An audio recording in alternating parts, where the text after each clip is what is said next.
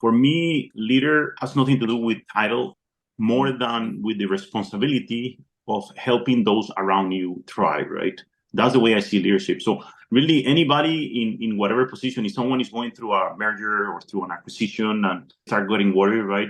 The first thing that I would tell if you're frustrated about maybe some of your leaders not doing certain aspects, right? The best thing you can do instead of just getting worried about things you cannot control, trying to worry about the things that you can control. Just like the Stoics used to say, right? What I can control is my thoughts, my decisions, and my elections, whatever options I have. Those are the only things that I control. Everything outside of me, I cannot control. So what you could do is, even if you're not in a rank that there's a lot of people underneath you, you always have someone on your left and someone on your right. So try to be the leader you would like to have and try to help someone on your left and someone on your right thrive, do a better job. And that's leadership for me.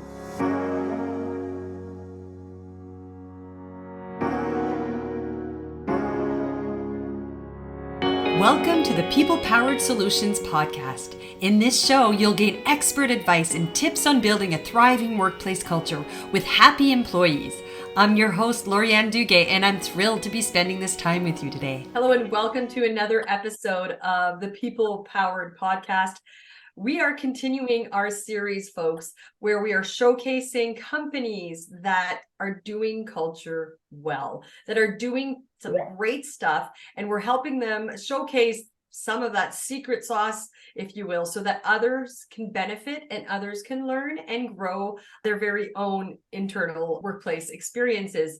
So today we welcome Harry Reynolds. Harry works for Kinetic Systems Incorporated, and I'll let him tell you a bit more about the company. But as the director of operations there, he has helped this organization and worked with his leadership team to help navigate a number of changes that they've went through, and in light of where the pandemic has had us end up, and just in general with the economy being what it is, I think that a lot of organizations are contending and having to navigate with some of the challenges that any changes, mergers, acquisitions might entail. Welcome, Harry. Thank you, Laurie. I'm very excited to be here with you and spend a little bit of time talking about leadership practices, right? Yeah, that's the plan. That's the plan, right? Absolutely. Before we deep dive into leadership and change and provide tips for our listeners in terms of how to, as a leader, help your team work through change, let's first give the audience a bit of insight into how Harry got to doing what Harry does today. Excellent. Thank you. Yeah, I'll be happy to do that. So as Laurie said, my name is Harry Reynolds. I'm originally from Costa Rica. That's where I was born and raised and did my undergrad studies. Worked for a couple of years there. And then I started working for the company that I currently work, Kinetic Systems, which is basically a process mechanical contractor. However, we have three divisions. We have not only a construction division, we also have a equipment division, and we also have facility management division. I've been working for the company for almost 25 years by now, and I work of different parts of the globe and wearing different hats. I probably started, I think it was in 99. That was my first year there, and I was in Costa Rica for a couple of years. At that time, Intel, the chip manufacturer, was doing an expansion of their factory in Costa Rica that they had just recently opened, and I had just maybe graduated from college for a couple of years. So I had the opportunity to start working for them for about 2 years. And because the type of clients that we serve, they have a global footprint. These are companies that work in the semiconductor industry, companies like Intel, Samsung, Texas Instruments, or biopharmaceutical companies like Pfizer, like Moderna, right? They have global operations, and therefore Kinetics follows them wherever basically they are doing new projects, doing new factories. And about maybe 2 years into the job, I had the opportunity to travel to China for about 3 years to do a project there in Shanghai, that it was also another Intel factory. So I had the opportunity to interface with a new culture. And I think I would say that was one of the most important moments in my career where allowed me to be a better manager, a better leader, because I had to try to put myself in the mentality of others, try to understand a new culture, because they do things differently, right? Some people may say, oh, they're doing this wrong because they don't do it this way or they don't do it that way. But at the end of the day, I think that really opened my eyes to how to do things differently and how important it is to try to understand the people that are working with you, right? It was a great learning experience for me trying to work and understand this new culture. I remember it was not until probably my second year that I started taking some Mandarin lessons. Okay. And luckily enough, on that course that I was taking, they were also teaching a little bit about the Chinese culture. And then I started to understand certain aspects or why they would do things a certain way or why they wouldn't do things in a certain way. Mm-hmm. And that allowed me to understand when I was requesting something for my engineers to get done, and maybe if it wasn't done, there was a reason behind. So I had to understand that for me, it was going to be very important to try to understand the people that are working with me so that I can try to, get better results, right? Absolutely. And about you're coming in hot already. Even in this, you're coming in hot with some tips right there to kind of put yourself in that person's shoes and understand that whatever you're observing, there's more than one way to do things, and it doesn't mean that there's one way that's better than another. So instead of trying to dictate as a leader and tell them you need to do it this way because I said so, instead come at it from that angle of curiosity and ask them to help you understand why they're approaching it the way they're doing it, right? So right there, already a tip. Sorry, I'm going to let you continue. Exactly. Back into... Exactly. And then I remember it was probably about 2004, and I had the opportunity to work with a lot of expats from different parts of the world while I was in China, people from Europe, from North America, from Latin America, from Asia. And I noticed there was a lot of competition, worldwide, and I wanted to keep growing within the company, right? I think I really need to try to get maybe some postgraduate studies. And I started researching universities, and, I ended up applying to a few universities. I got a scholarship on a couple of them. And when I presented the resignation letter to the company, the chief operating officer of the company, which knew me personally, even though he was very high up, he used to travel to, and I think he's a good example of a good leader. He used to travel to all the different branches across the world, and he knew everybody personally. Well, and another tip right there, to take the time as a leader. One of the things that made him a great leader is that he was personable and took the time to get to know. Despite having, employees across the globe, when he did visit, he would get to know them on a personal level to be able to remember them, and maybe not remember their name, but still have some notion and show them that I see you. Make that person feel seen and valued. Sorry. Yeah, and I have a good story that I could tell along those lines. I remember I presented my resignation letter. I think the year was 2004 because, I told the people in the company I was going to pursue a master's degree in construction management at the time, and I was going to go to a university in Texas where they were giving me a scholarship. And I remember the week after, the COO of the company, his name is Bob Ragara. He doesn't work for the company any longer, but he's now the chief executive officer for a company called Jacobs Engineering, which is a very large engineering and construction firm. He flew to China because he had some meetings, and he called me, hey, I want to have dinner with you, Harry. So I went and have dinner. Said, hey, I noticed you presented your resignation letter, and I know that you're going for try to pursue your postgraduate degrees. Is there anything we can do to make you stay? And I told him, well, for me, it's very important to try to advance in my career. So he said, hey, I have a proposal for you. What if Kinetics was to pay for your postgraduate studies and you continue working for us? And then we find an office in the US where they have a good construction management program. And then you work during the day with us and you study at night. So that sounded really interesting. I started doing some research. I ended up finding that Arizona State University had a very good construction management program, and Kinetics had a big operation in Arizona. So I ended up applying to that university. I got accepted, and I got relocated. I think it was at the end of 2006. And I started my master's programs in 2007. And the company that I work, Kinetics, they pay for my master's program. So I was pretty much working during the day. They would invest in your development, they invested in your training knowing that it would also plant that seed of loyalty, which was kind of already there, but it just helped nurture that seed of loyalty to the company and nurture, kind of your investment in, by them investing in you, you were that much more invested in them and that company. That is exactly right. Absolutely. Okay. So you fast forward all the way to, you've been working with them now 25 years?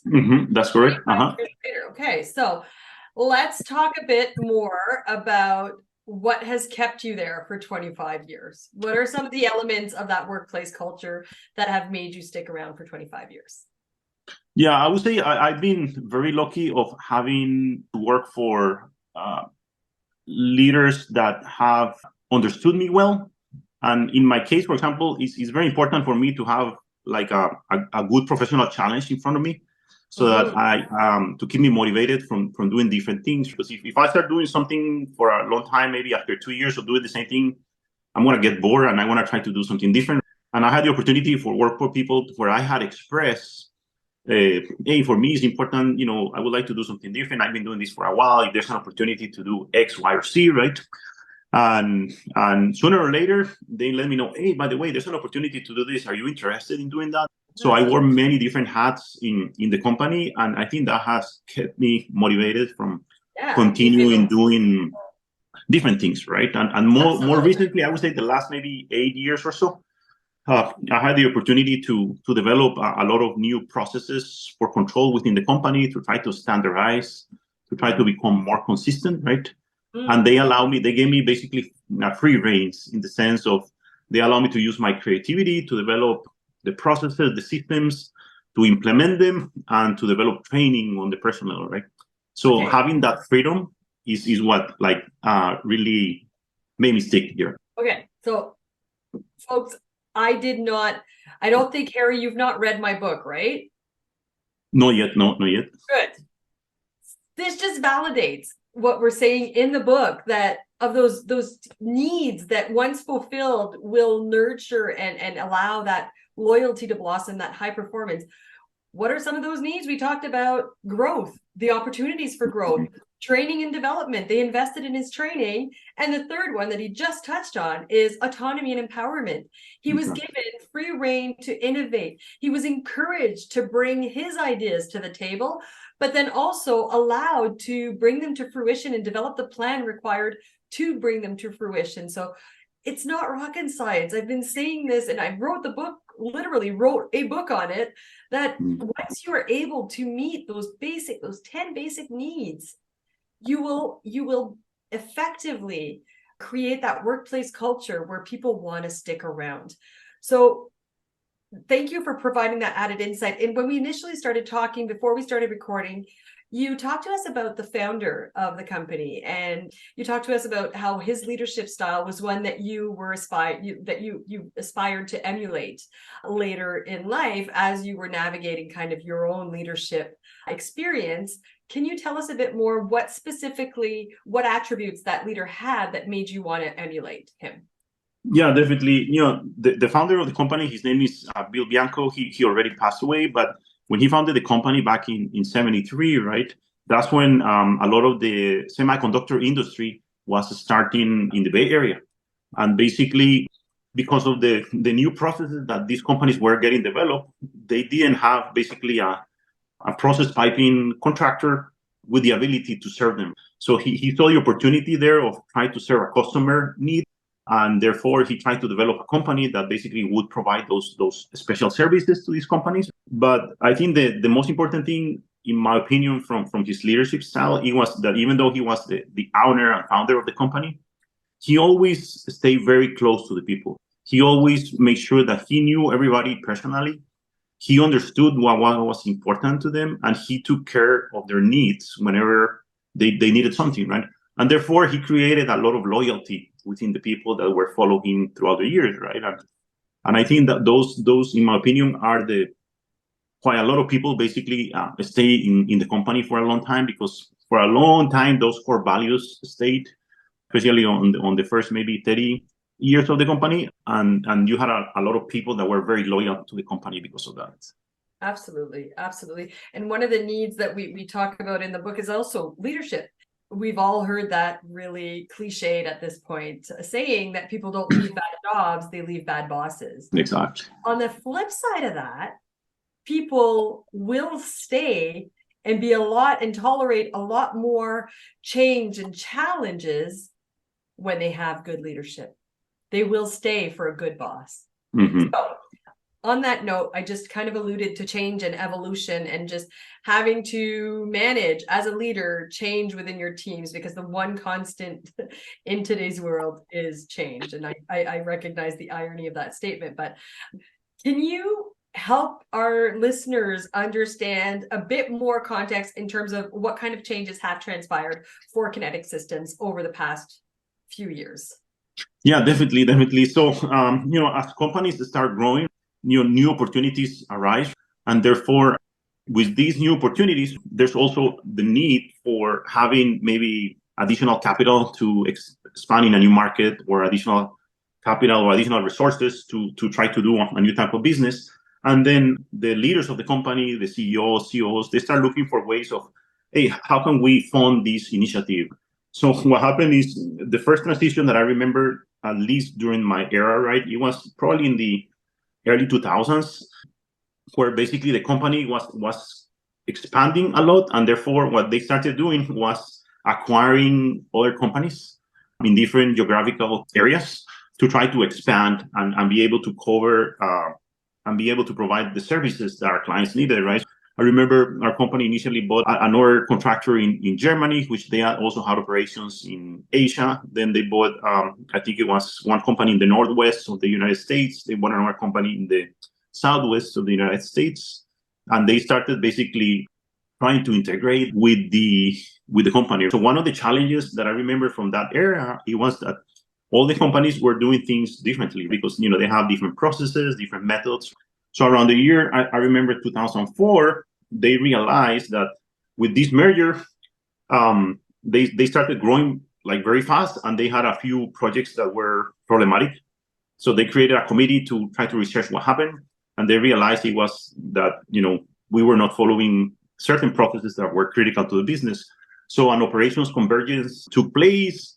This committee basically decided to develop new processes that would be implemented across the company, and they did training across the whole world, right? They went through Costa Rica, Mexico, China, all the branches in the US, Asia, right?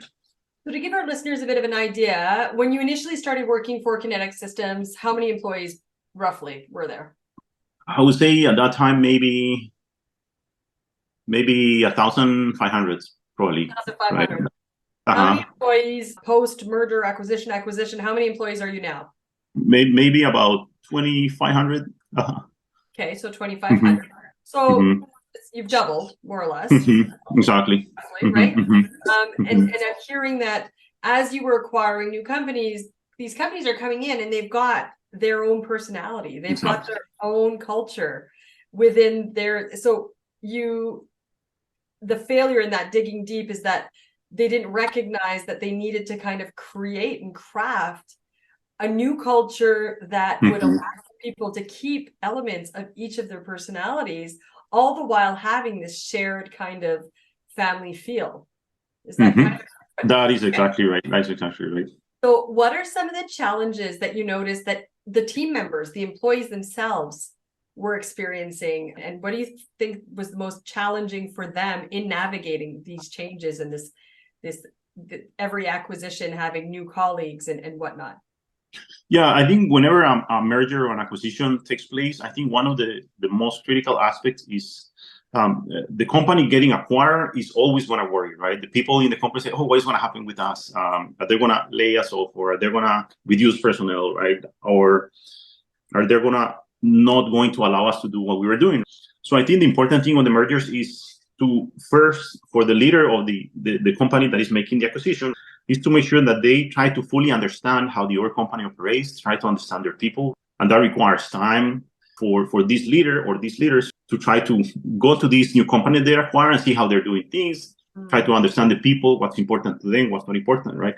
And when they're ready to make a change, to take them into account. So, for example, from this first merger that I told you about, I do remember that the committee that was elected to develop these new processes and this training had people from all the different companies that had been acquired, right? Perfect. So basically, you had a lot of different ideas coming. They got together. They developed these new procedures.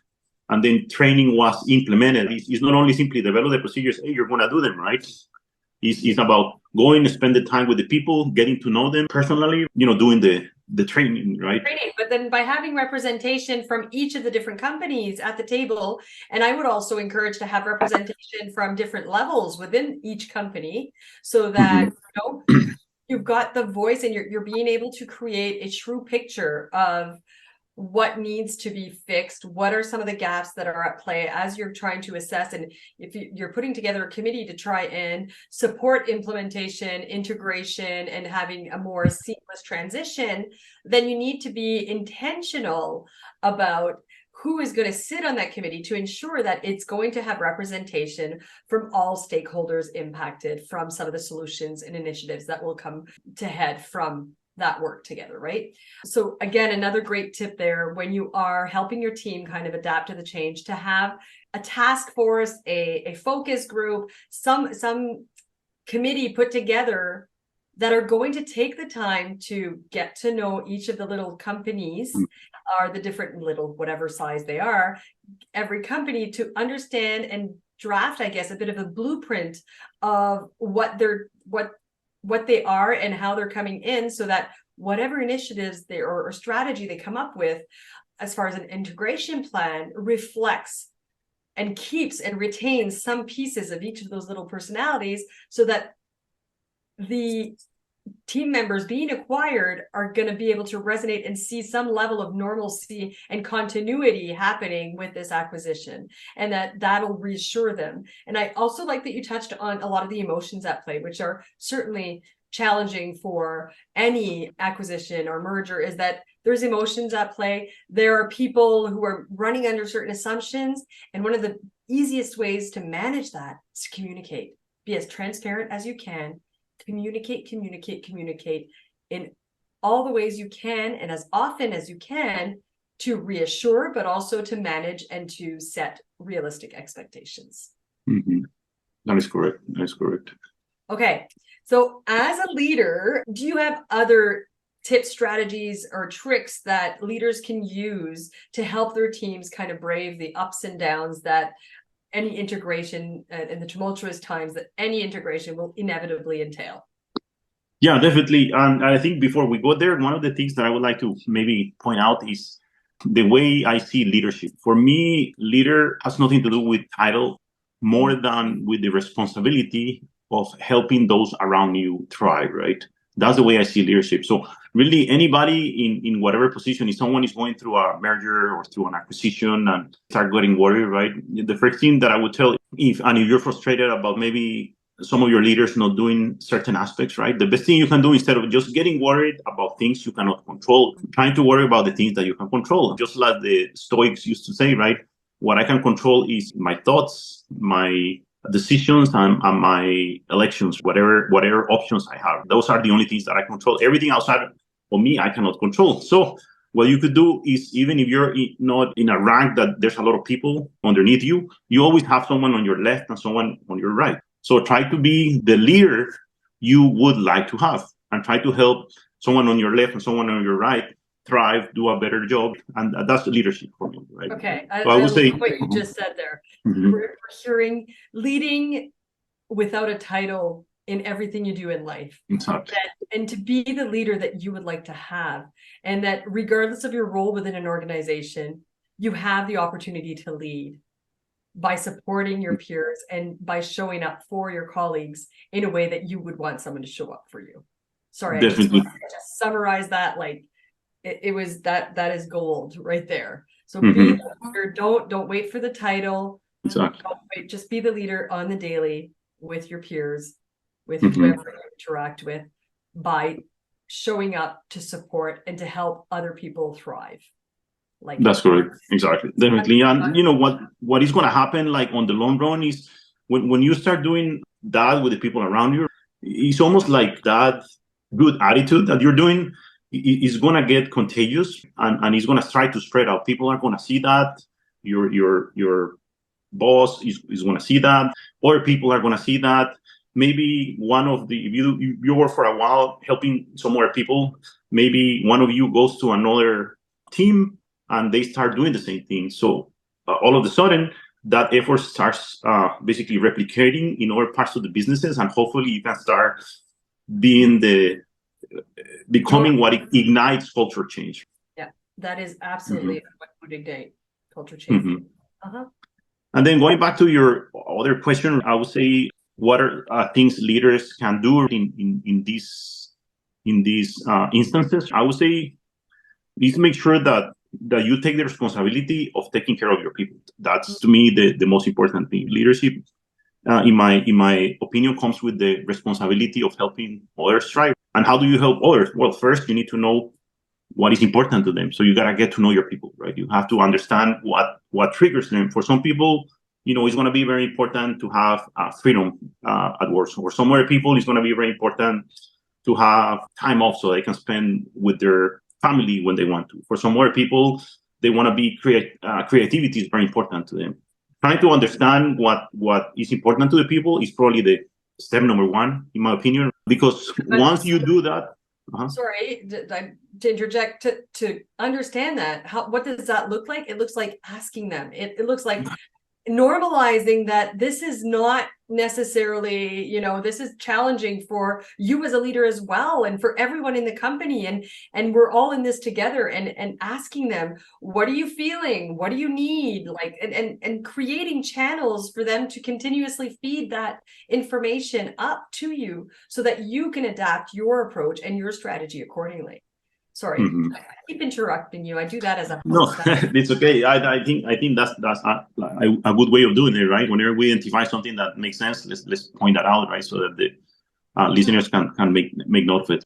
Like you said, it's spending time with your people. And if you're on a large organization, you're going to have to spend a lot of time traveling and getting to know your people. I think that's very important. And the other thing is, once you understand that, is how do you take the responsibility of helping them thrive? Well, you have to remove any constraints that are in their way. How do you facilitate their work? I think that's probably, to me, step number two. If for this person this is important, you may need to do some maybe realignment of resources, and you may need to make some changes. And maybe this person is doing something that doesn't satisfy them. Is there another position in my company that I could probably make some changes to make sure they thrive? Or can I partner this person with someone else that has a different characteristic and make a good team out of both of them? You're going to have to start making those changes to make sure that people can thrive. Absolutely. And that last piece that you just mentioned, that mentorship piece.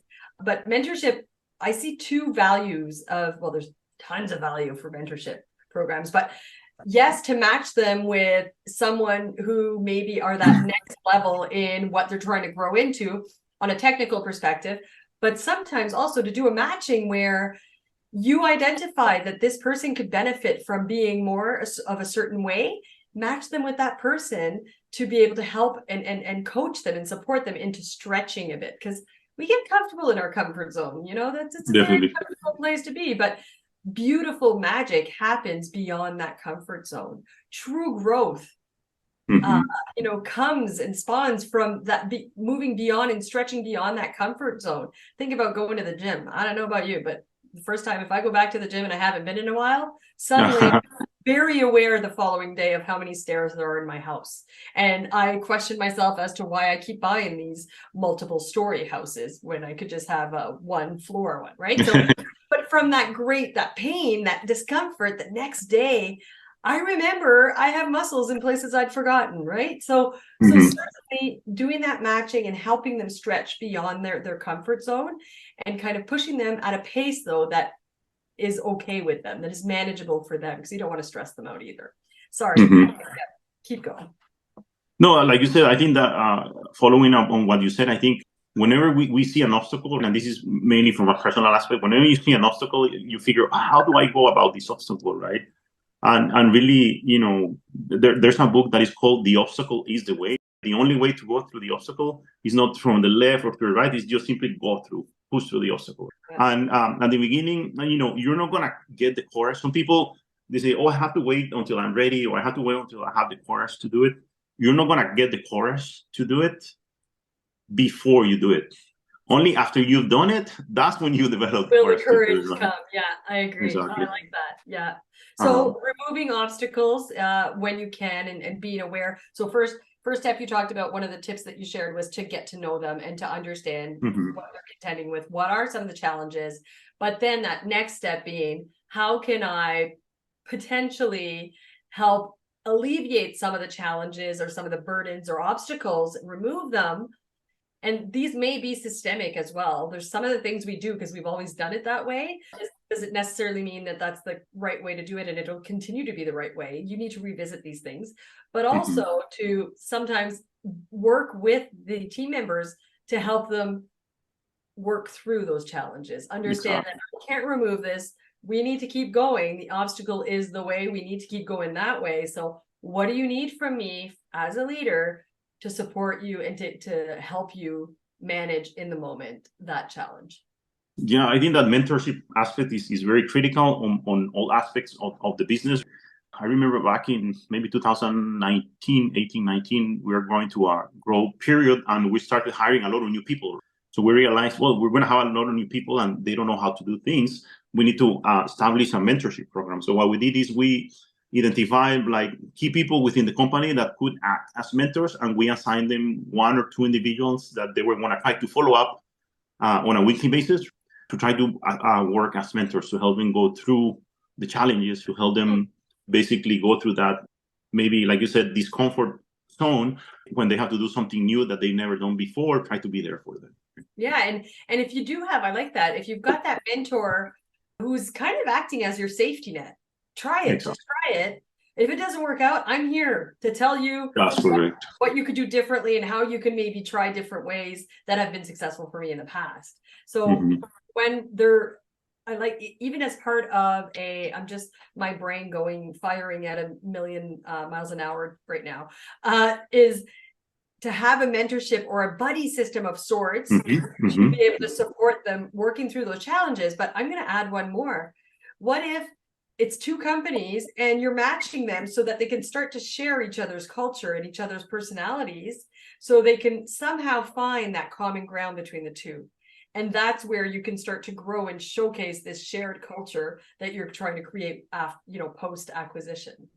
Definitely. So buddy system of sorts where they can kind of share, like, this is how we've always done it, this is how we've always done it, and then let's explore what makes the most sense from both of those ways. How can we create this even more effective procedure or process by merging both of our approaches and the best elements of both of our approaches? It has been a great conversation. We did have a few other questions that we didn't even get to. But if people would like to continue this conversation with you, Harry, is there any way they can reach out to you and connect with you to continue the conversation? Definitely. My current platform that I use is LinkedIn. That's where basically I try to do, I opened up a newsletter recently in the area of leadership, and I try to publish every week. So whoever is interested to do that, they can just go to LinkedIn and look for me, and I'll be happy to hear the comments everybody has to say. I try to share a little nugget every week about a different aspect of leadership, and so that's where they can find me. Awesome. Harry Reynolds on LinkedIn. He's just started a newsletter, which is exciting, where he shares his own leadership practices, best practices, lessons learned, tips, tricks. So make sure that you do go out there and connect with him and sign up for his newsletter. I really like this newsletter feature that LinkedIn has introduced. It provides even more, the sharing of even more insights with all things culture and leadership. Folks, if you like what you heard, make sure to subscribe and share and like, and help us amplify our mission of creating as many positive and productive workplaces as possible. One last thing here, if you wanted to leave our audience with one nugget of wisdom, some gem of advice, what would that be? So I would say is the third aspect of the leadership. One is making sure that leaders take the responsibility of helping people thrive. Second is getting to know their people and empower them to do things. And by the third and final aspect, I would say is make sure that for you to develop trust with the people, is they have to trust you. Make sure you have their back, right? So if something goes bad, you have to take the responsibility for the people that did it, right? You have to encourage them. Mistakes happen. And by making mistakes, that's what we get better and better and better. But you have to have their back. People need to be able that if something goes bad, you're going to have their back. And if something goes well, you're going to give them credit, right? So make sure that you develop trust. Develop trust and be intentional at developing and nurturing that trust. Absolutely. That is gold. Thank you, Harry, for joining us. It was a great conversation. We could have kept talking for hours on end, but in the spirit of respecting our time and everyone's time listening. Thank you. And hopefully they connect with you and you are able to get a few more subscribers to your newsletter. Thank you so much, Larry. Pleasure. Listeners, as I say every episode, you've heard a bunch of tips, tricks, and strategies. I want you to pick just one and determine what action you can take to start to implement it immediately and go do that. Well, folks, thanks for joining us for yet another enriching conversation. To hear more about today's guest, make sure to check out the links in the description of this episode. Want to continue the conversation? Then head on over to our social media platforms, all of which are also linked in the description to keep it going. Finally, don't forget to subscribe to make sure you don't miss another valuable episode.